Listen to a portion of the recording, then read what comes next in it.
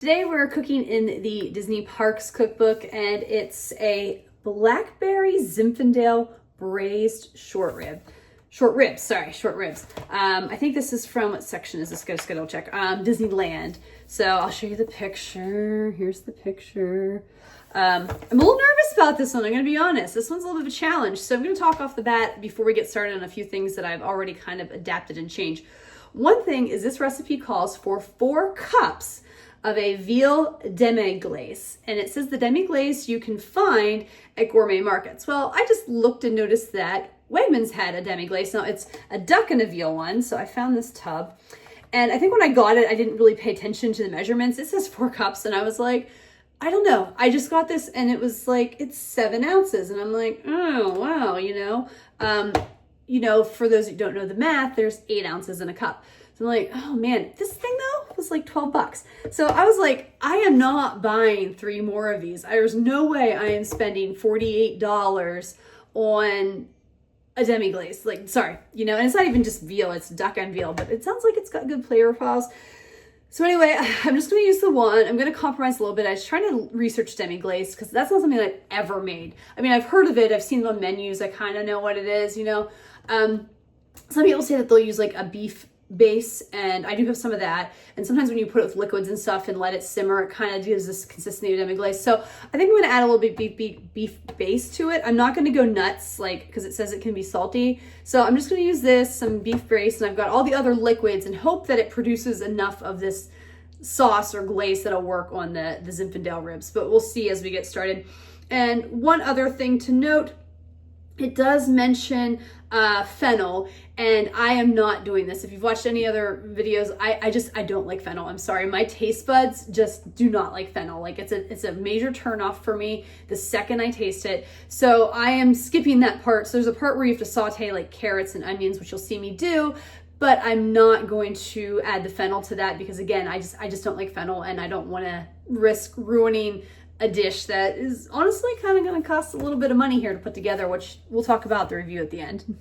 Okay, so what I'm doing here is I have some oil that I heated over a medium heat, it said. This olive oil, and I'm putting my short ribs in, and I'm supposed to let them brown on all the sides. And when they're brown, I'm going to put them in this bowl and put them aside until I'm ready to cook them. Meat has been browned as well as I can do. Those shapes can be a little hard to get all the sides. So now I'm adding the onions and the carrots, the mix, saute. Now that the carrots and onions are added, I'm supposed to slowly let this brown, and then I'm going to add the wine. It's been a good 10 minutes or so, maybe even 15, 12 or a little more. And I think the vegetables are browned enough. So I'm going to move on to the next step, which is where I add the Zinfandel. And heads up, I just bought a California red Zinfandel. I went to the store. I just found one that was a good price, and I looked at the description. It said, this one has a array of fruit notes like plum and berry, and I thought, you know what, I like fruit in my wine, so I'm going to do that. So now I'm just going to pour this in here. I didn't want to buy a super expensive bottle of wine because I knew it was all going into this.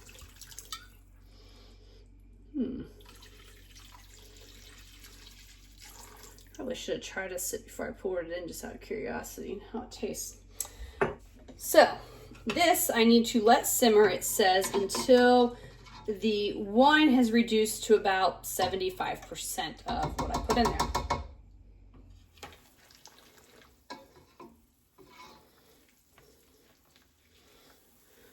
Okay, so I think this is reduced enough. I'm not sure. I'm gonna wing it. I've not really ever made with a bunch of cooks with sauces and stuff like this. So I'm going to put it in a stock pot, and the ribs are already in here. Let's put the scrapings there. Okay, so the ribs are in here with it. Let's see the carrots. All right, now I need to add the rest of the ingredients. Some chicken stock here. And there is the demi-glace. This is some frozen blackberries that I thawed. Now I'm adding in a little bit of that beef base just to make up for the demi-glace I didn't get. So I had to add some thyme twigs. Okay, so the next step is I got everything in there. I'm supposed to bring it to a boil, and it says make sure all the ribs are covered with liquid, which it does appear that they are. So I'm going to bring this to a boil, then I'll reduce it to a simmer, and then it simmers for 3 hours.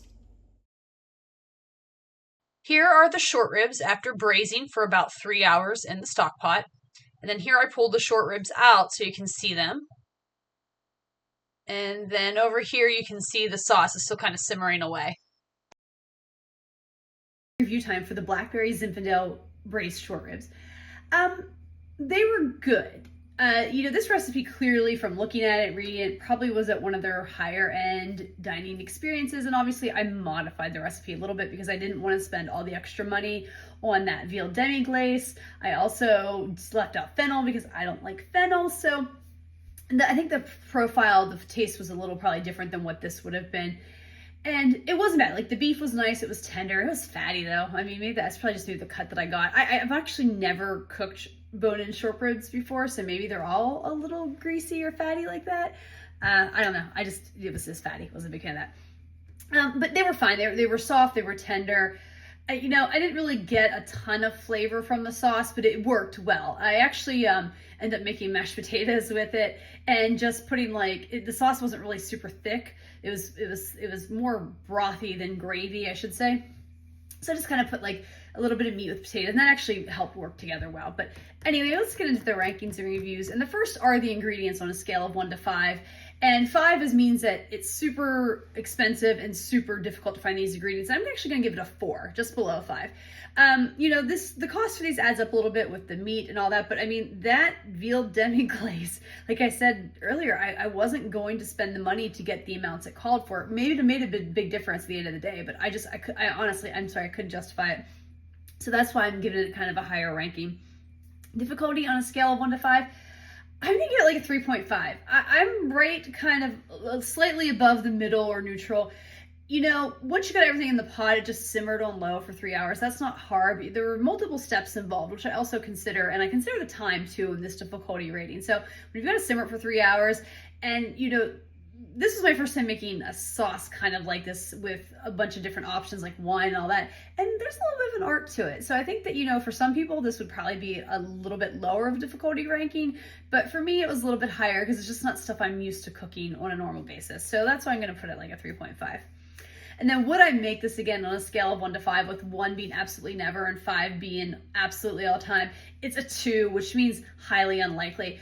I try to save 1s for things that I really just didn't like the taste at all. And it's not that I didn't enjoy the taste of this, but to me, it didn't wow me. The time and the money involved to make this wasn't worth it, that I just can't see myself making it again. So it's very, very highly unlikely that I won't make it again, but I won't give it a complete 1 because it wasn't terrible or anything like that.